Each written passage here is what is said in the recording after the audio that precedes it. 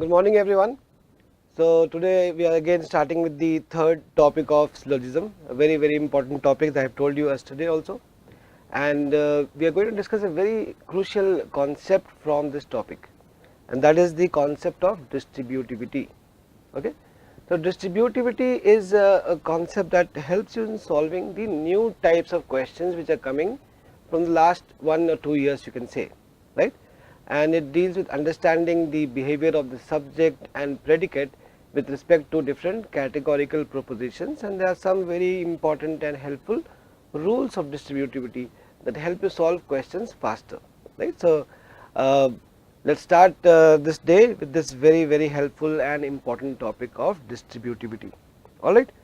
So the goal for the class today will be to understand what this distributivity as a concept is, and to understand the different rules for distributivity. Then we will take some example questions and discuss and understand this concept, and from the last 2 years I have been exploring the questions which are coming, the new pattern, the new trend of question, and I found that understanding distributivity, in addition to having the knowledge of Venn diagrams. The Venn diagrams as a concept I had discussed yesterday, right? So we have seen yesterday, if you see, there were 2 sessions on syllogism, in which we have discussed first of all the different categorical propositions, and then we have also seen the Venn diagram approach of solving the questions from categorical propositions. In today's session we are going to explore this new concept of distributivity. So to understand the concept and to know the rules based on this concept, that will be the purpose. Okay. So पहले we'll take the problems from the previous class practice pack that most students had got wrong, and as I had seen that most people have got the answer as E. So one second, just let me select the, yeah. So most people had got the answer as E. So let's understand what is there in this question and why people got the wrong answer. So E was the answer that most people had selected, but this is not the right answer. The correct answer, as you can see, is D. So here we have a question based on possibility. All warriors are soldiers, some soldiers are sepoys, and no sepoy is an admiral. So these were the 3 statements that are given in the question, and the 2 conclusions given, one is at least some warriors are sepoys, and second conclusion was that some admirals being soldiers is a possibility. So let's see here the diagram here. So W here stands for warriors, and S here stands for soldiers, correct? SE is for sepoys, and A is for admirals. So all warriors are soldiers, that is the first statement. So the circle of warriors is inside the circle of soldiers. Some soldiers are sepoys, so the circle of soldiers and sepoys, as you can see, they are overlapping, and no sepoy is an admiral, so we can make a link like this and make a cross also, that sepoys can never be admirals. Okay. Now let's see the first conclusion. At least some warriors are sepoys. Is this conclusion right or wrong? At least some warriors. Now using at least is of no significance here. The basic statement is some warriors are sepoys. So whenever you see at least in any statement like this, so as I had discussed also, that this is just a variation. At least some x's are y's is exactly the same as some x's are y's. So there is no change, there is no difference between these 2 statements. Okay, so don't get confused when you get these statements in the examination, both have the same meaning. So some warriors, here we have the circle for warriors, and this is a circle for sepoys, and we can see that this warrior circle is not overlapping with the sepoy circle. That means the first conclusion is not right. Okay, all right. Next is some admirals being soldiers is a possibility. Some admirals being soldiers is a possibility.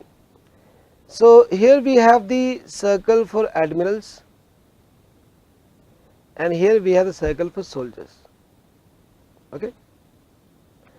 Now there is a negative link between sepoys and admirals, but there is no negative link between admirals and soldiers. So can admiral circle and the soldier circle overlap? So that possibility is there. So yes, the second conclusion follows. So yes, the right answer is E actually. We should just ignore this. The right answer is E, that conclusion 2 follows, not conclusion 1. So the second conclusion, that soldiers and sepoys can have an overlap, is the right conclusion. So answer here would be E, just to make that correction. Alright. So the question we have discussed, and just make the correction that the right answer for this question is E, that there is a possibility that soldier circle and the admiral circle can overlap. Possibility means it is not always necessary for it to be true, it can be false or true. The word possibility means may be true, may be false, may be true or false. Alright, now let us see the start with today's concept. So understand first of all, before we go on and see distributivity as a concept, we need to understand the terms like what is middle term, what is the meaning of subject, what is the meaning of predicate. These things if we understand, it is easier for us to follow with the advanced rules that are there in this topic of syllogism. So let us take this example here. Let us take the first premise is all cars are trucks, and the second premise is that all trucks are buses. The third and then from these two premises we have a conclusion. This is what syllogism is. Two premises followed by a conclusion, that is what we mean by syllogism. So our first premise is all cars are trucks, second premise is all trucks are buses, and then the conclusion is all cars are buses. In this, first of all we will see what is the meaning of the middle term. So the middle term is the term which is common. So you can see here in both of these premises the common term is trucks. See, unless until we have a common term, we cannot have a conclusion from it. Clear? So to get a conclusion from two premises, it is necessary to have a common term between the two premises, and this common term is what we call as the middle term. So when I am discussing rules later on and I use the word middle term, you should understand what I mean by middle term. Okay. Alright. Next you see in the conclusion we have this cars, this is the subject. The subject of the conclusion is cars and the predicate of the conclusion is buses. So in any statement, when I say all x's are y's,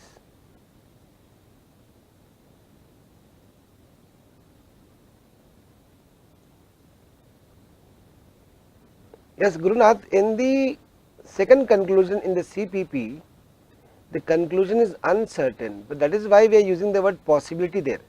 Okay. When a conclusion is uncertain and the word possibility is used in the conclusion, then that conclusion becomes correct. So that's one thing that you should note. Okay. Now coming back to this topic, all x's are y's, whenever we make a statement like this, then this first term that we have is our subject. I will just write S, that is our subject, and the second term is the predicate P, that is the predicate. Okay. So in the conclusion the subject is cars and the predicate is buses. Alright. Now you see the subject of the conclusion is cars and cars is also the subject of premise 1. So when the subject of the conclusion is subject of a premise, then that premise is called minor premise. So if you see in any rule the word minor premise is used, don't get confused, understand, it's very important to understand what is a minor premise.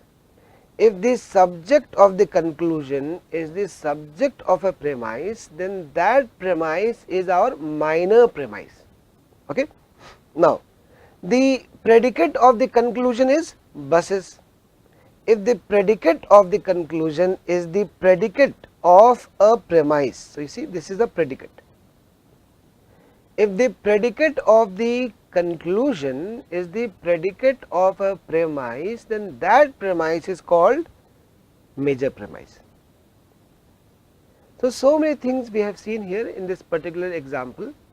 First of all, we have seen what is the meaning of middle term. The term common between the premises which gets cancelled out is called the middle term. Okay. To obtain a conclusion from two statements, there must be a middle term that is common between the two statements. Okay, and that middle term will never be a part of the conclusion. Subject is the first set and the predicate is the second set. So in all x's or y's, x is a subject and y is a predicate. So the conclusion contains the subject cars and the predicate buses. Now to understand what is a minor premise and what is a major premise. If the subject of the conclusion is the subject of a premise, then that is called minor premise, that already we have seen here. And if the predicate of the conclusion is the predicate of a premise, then that premise is called major premise. There is just one rule that we will discuss separately in the next session based on minor and major premise. Otherwise this is not so important for solving questions. Okay. But what is important is to know the concept of middle term, to know the concept of subject and the concept of predicate. Now based on this, first we have to understand now what is distributivity. So this table is there, which is the table of distributivity. So what you should do is you should try to first note down this table. Okay. To understand the meaning of distributivity, when you say all x's or y's, let's take an example, all chairs are tables. Just some random statement we will take, all chairs are tables.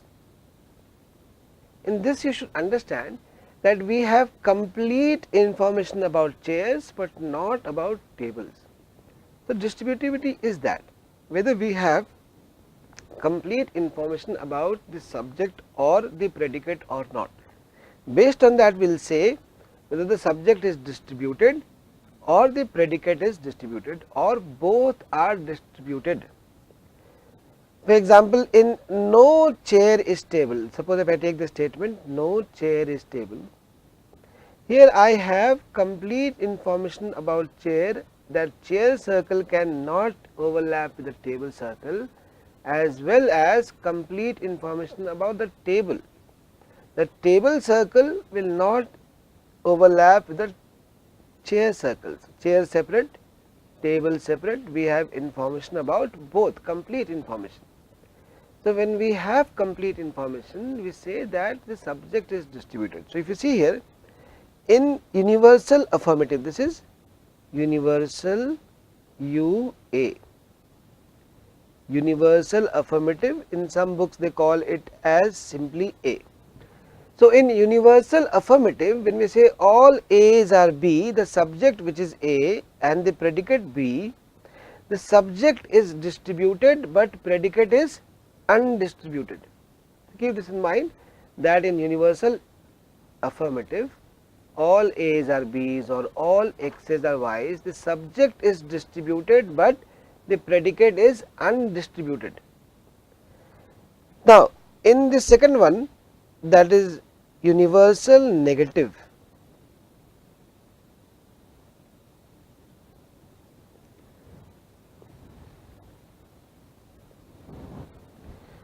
in universal negative, no A is B or no X is Y, which is also called as E. both the subject as well as the predicate are distributed. So keep this in mind, in no x is y, no a is b, both the subject as well as the predicate are distributed. In particular affirmative, some a's are b's, which is also called as I. Both the subject and the predicate are undistributed because we don't have information about complete information about the subject, nor do we have complete information about the predicate, right. So when we say some x's are y's, we know only about some part of x, and about y anyhow we don't know. Clear? So the subject is also undistributed and the predicate is also undistributed. In particular negative, which is also called as O, some A's are not B's or some X's are not Y's. The subject is undistributed but the predicate is distributed. This is very important, this sometimes people miss out, so you have to keep this in mind. So when you say some A's are not B's, some A's are not B's, how do you make the diagram for some A's are not B's? What you do is that you say, okay, this is the circle for A, this is a circle for B.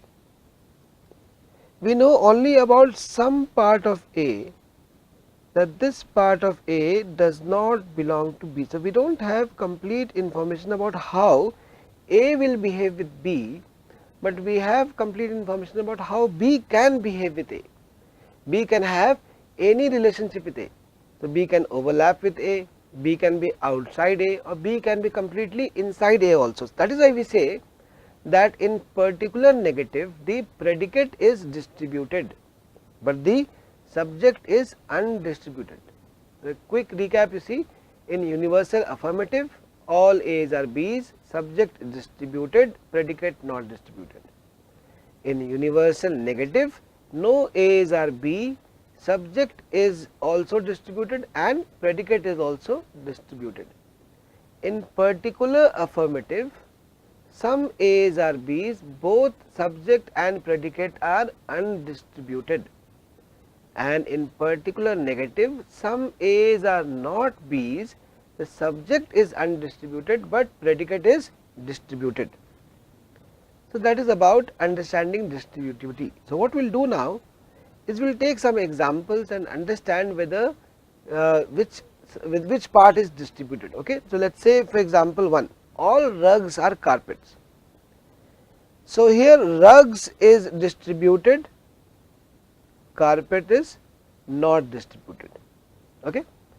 So that is one thing. Let us take another example, no table is chair. So I will just put a tick here, table is also distributed and chair is also distributed because this is universal negative. If we take the next example, some papers are pens, we will put a cross, cross means not distributed. So papers is also not distributed and pens is also not distributed. And if you take the fourth example here, some papers are not pens, here we can say that papers is not distributed but pens is distributed.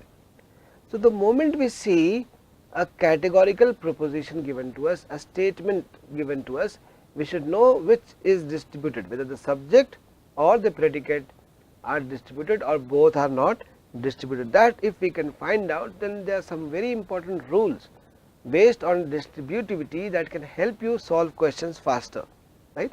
And we will discuss today which type of questions are there that we will always prefer solving by rules, not by Venn diagrams. Okay. That you will understand in today's 2 sessions that I am going to do for you, and we will discuss the latest pattern of questions from syllogism. After this class you will have no difficulty in tackling these syllogism questions. Alright. So let us see now the previous session contest question. Which of the following conclusion follows logically, which is logically correct? Some pens are erasers, all erasers are pencils, some pencils are boxes, conclusion, some boxes are pens, some pencils are pens, and no pen is a box. So, we see here some pens are erasers. If I make it like this, some pens are erasers, all erasers are pencils, and some pencils are boxes. That will be our Venn diagram. Okay. Now, some boxes are pens. You see here, this is the circle for box, this is circle for pen. They are not overlapping. So, the first one is uncertain. If we do not know, does not mean that it is false. It is uncertain. Some pencils are pens, as you can see here. Pencils and pens are overlapping. So, this is true.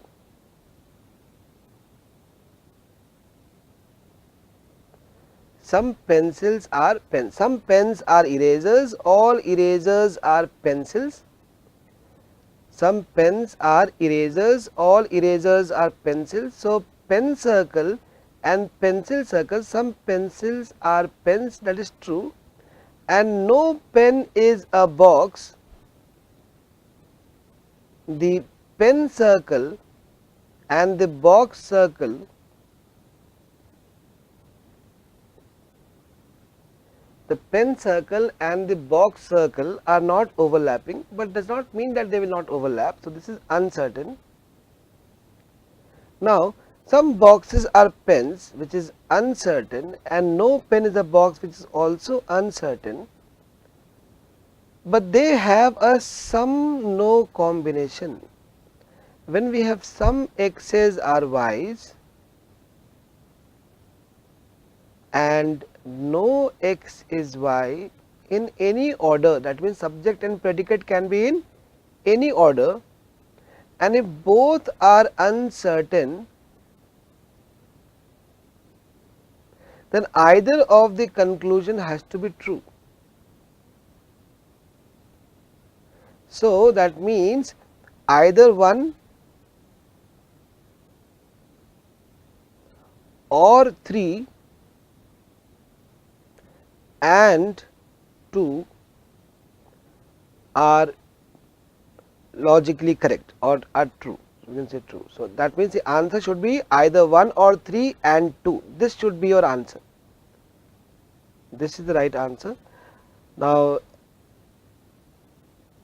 by mistake that answer option is not here. So, just you can add this answer, just note it down so that you can just keep this either 1 or 3, or it should be none of these, either 1 or 3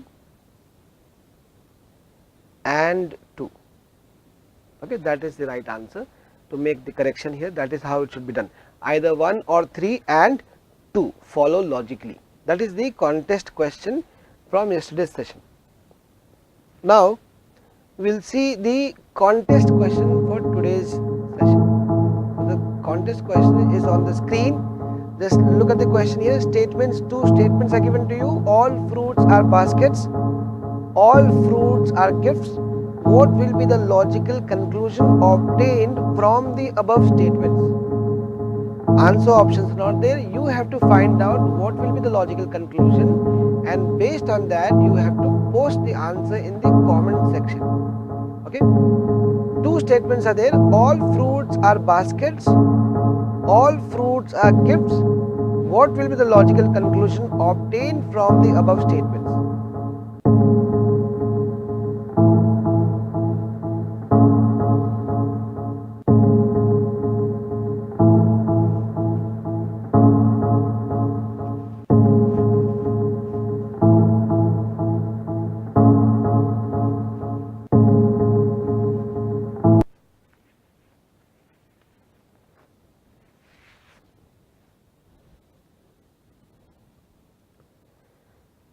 Alright, so now we will move to the next slide. I will discuss the answer for this question in my next session. So, we will now go to the rules of distributivity. Okay. So, one by one we will see the different rules of distributivity, starting with the first rule. The conclusion never contains the middle term. This is the simplest rule. The middle term will always get cancelled in the two statements and will not be a part of the conclusion. Okay. So, the conclusion never contains the middle term, and I will be taking examples for each of the rules one by one. The conclusion is never a part, the middle term is never a part of the conclusion. Next is, if the middle term is not distributed even once, there will be no conclusion. For a logical conclusion from two premises, the middle term should be distributed at least once. Third rule is, if the middle term is distributed twice, the conclusion is particular. Okay, very important rule here. If the middle term is distributed twice, in the first premise also the middle term is distributed, and in the second premise also the middle term is distributed. In that case, the conclusion will be particular. That is one thing. Now, next is next rule, that is, if a term is distributed in the conclusion, then it must also be distributed in the premises. Suppose there is a term that is distributed in the conclusion, then it should also be distributed in the premises. So, these are the four rules. Most books contain the first three, the fourth rule they ignore, but this is a very important rule, that if the term is distributed in the conclusion, it must also be distributed in the premises. Now, for each of these rules, we will take one example and understand how these rules are applied. Later on, we will solve example questions to see how these rules actually work in problem solving. So, application of rules, we will see the first one, the conclusion never contains the middle term. So, let us take two premises, premises 1 and 2, all cars are trucks, all trucks are buses. What is the conclusion for this one? The conclusion is all cars are buses. Now, we have seen earlier this example. So, just to see here, the middle term trucks gets cancelled, and what we get here, all cars are buses. That becomes your conclusion, all cars are buses. So, here we can see very clearly that the middle term is not a part of the conclusion. The middle term needs to be cancelled between the two premises, and then using the other terms we find out what is the conclusion of a particular question or a set of two premises. What will be the conclusion? This is how you apply the first rule. The conclusion never contains the middle term. Okay, next rule, if the middle term is not distributed even once, there will be no conclusion. Okay, this is again very important. The middle term has to be distributed at least once for there to be a conclusion.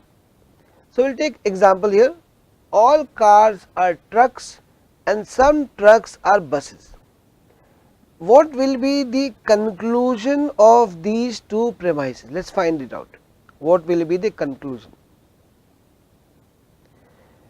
Before we find the conclusion, it is always better to decide whether there will be a conclusion or not. So, what is the middle term here? Trucks. If you see, trucks is the middle term, common term in premise 1 and premise 2. The first premise is universal affirmative. Now, we know from the table of distributivity that in universal affirmative, the subject is distributed, but the predicate is not distributed. So, we will say that the middle term is not distributed in the first premise. Now, the second premise is particular affirmative. Now, from the rules we know that in particular affirmative, both the subject and predicate are undistributed. What does it mean? It means that the middle term is not distributed in the second premise also. So, if the middle term is not distributed even once, will there be a conclusion? No, there will be no conclusion. So, answer is no conclusion. That is how these rules help you in solving questions, eliminating answer options, and are extremely important for the latest difficulty level and the latest question types that come in the exam. Okay. So, we have seen application of the second rule of distributivity. Okay. Now, we will see the third rule. If the middle term is distributed twice, that means the middle term is distributed in the first premise and also in the second premise. So, if that happens, then the conclusion will always be particular. So, let us see an example situation. Let us take a premise here, all cars are trucks, and second premise, all cars are buses. All cars are trucks and all cars are buses. So, what can be the conclusion of this particular statement?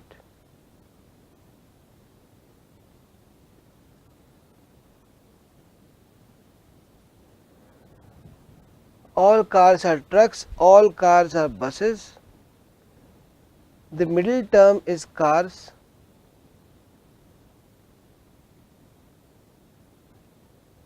The first premise is a universal affirmative. The second premise is also universal affirmative. Now, from the table of distributivity, we know that in universal affirmative, the subject is distributed. This is the subject, right? This is the subject, this is the predicate. Subject is distributed. So, let us put a tick on this. Similarly, in premise 2, the subject is distributed because this is universal affirmative. So, we see here that in both the premises 1 and 2, the middle term is distributed. Okay, very crucial. So, what does it mean? It means that the conclusion will be particular, sum. So, you can cancel here, middle term is always cancelled, the middle term is never a part of the conclusion. Some trucks are buses,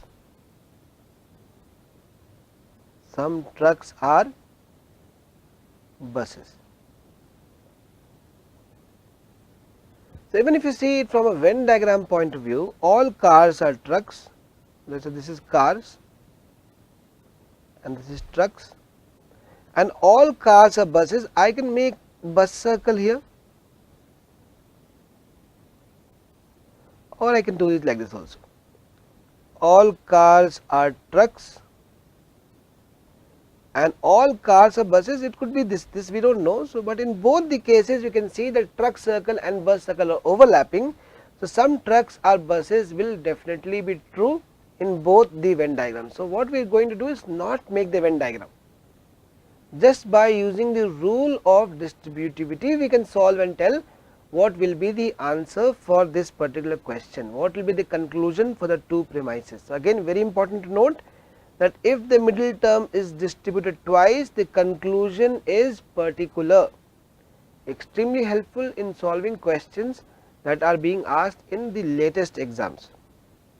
Now, we will move to the fourth and final rule from distributivity, that if the term is distributed in the conclusion, it must be distributed in the premises too.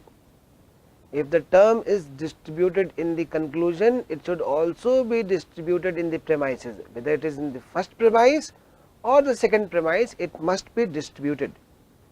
So, let us take the example first premise 1, all cars are trucks, and the second premise, all trucks are buses. Now, what will be the conclusion of this particular situation? Let us see. Using the rule of distributivity, what will be the conclusion of all cars are trucks and all trucks are buses? You see here, the middle term trucks will get cancelled. All plus all will be all. Now these rules also I will be discussing separately with you in my second session and final session on syllogism. So all, now all cars are buses.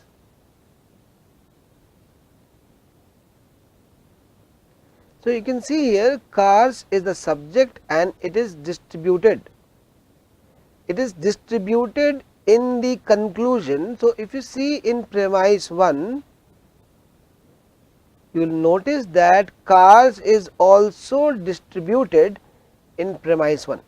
So that means the conclusion, if something is, if a term is distributed in the conclusion, then it should also be distributed in the premises. Suppose someone had found out the conclusion. So after cancelling the middle term, suppose a person would have said, okay, trucks is cancelled, all buses are cars. Now will this conclusion be right? All buses are cars.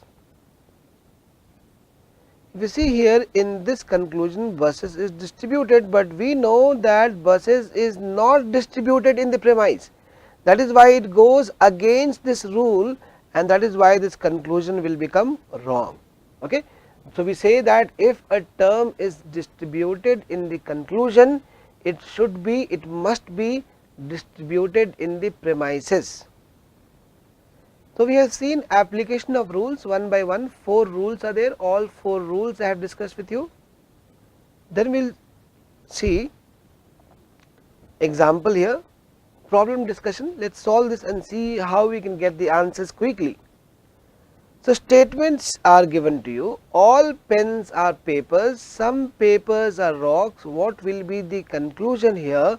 The middle term is papers, it is not distributed in the first premise, the middle term is not distributed in the second premise. So what will happen? The answer will be that there will be no conclusion from this. So answer will be neither conclusion 1 nor 2 follows. Now making a Venn diagram, the moment I see the middle term is not distributed even once, there will be no conclusion, no conclusion. So if I know that there is no conclusion, then just we can say that neither conclusion follows. Okay. If at all there is any conclusion possible in this case, it can only be from individual statements. For example, all pens are papers has its own conclusion as some, all pens are papers becomes some papers are pens. Okay. Some papers are pens, and the individual conclusion from this, some papers are rocks becomes some rocks are papers, but combined there will be no conclusion. That is what I am saying, that if we take 2 statements, then combined from the 2 statements there will be no conclusion. So none of the answer options will be right, but sometimes just to trick you, they put a conclusion that can be from a specific statement also in the question. So keep that in mind while selecting the final answer option. Okay. Alright, now we will go to the next problem discussion. All apples are oranges, no apple is banana. So all apples are oranges. First of all, let us find out our middle term. The middle term is apples. So it is distributed here, so I will put a tick here, because we know that in universal affirmative this subject is distributed and it is also distributed here. That means because in universal negative both subject as well as predicate are distributed. So the middle term, what is the rule here? Middle term is distributed twice. If middle term is distributed twice, what does it suggest? It suggests that the conclusion is particular. Okay, that is the rule. Conclusion is particular.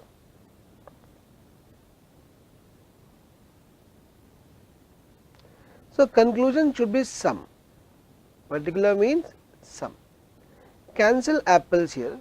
What we left with oranges and bananas. Now a positive statement like all and a negative statement like no gives you a negative statement. These rules also we are going to discuss later on, don't worry. Some oranges, so we know that it is particular and it is negative, so some oranges are not bananas. This should be your answer. Some oranges are not bananas. That is exactly what is given to you in the second conclusion. So conclusion 2 follows. Answer will be C. Only conclusion 2 follows. That will be the answer for this particular question. So we have completed the entire topic of distributivity, all the rules, applications of rules, as well as seen example questions, how to solve questions directly from distributivity. So now is the time for the class practice pack. So I have selected some questions which are specifically to be solved using the concept of distributivity. Don't use Venn diagrams for solving. See how you can use distributivity to solve these questions. So those who are passport users, once you hear the sound, you start solving the class practice pack, and I will be discussing the question that most of you get wrong in my next session. So best of luck to you. Start solving now.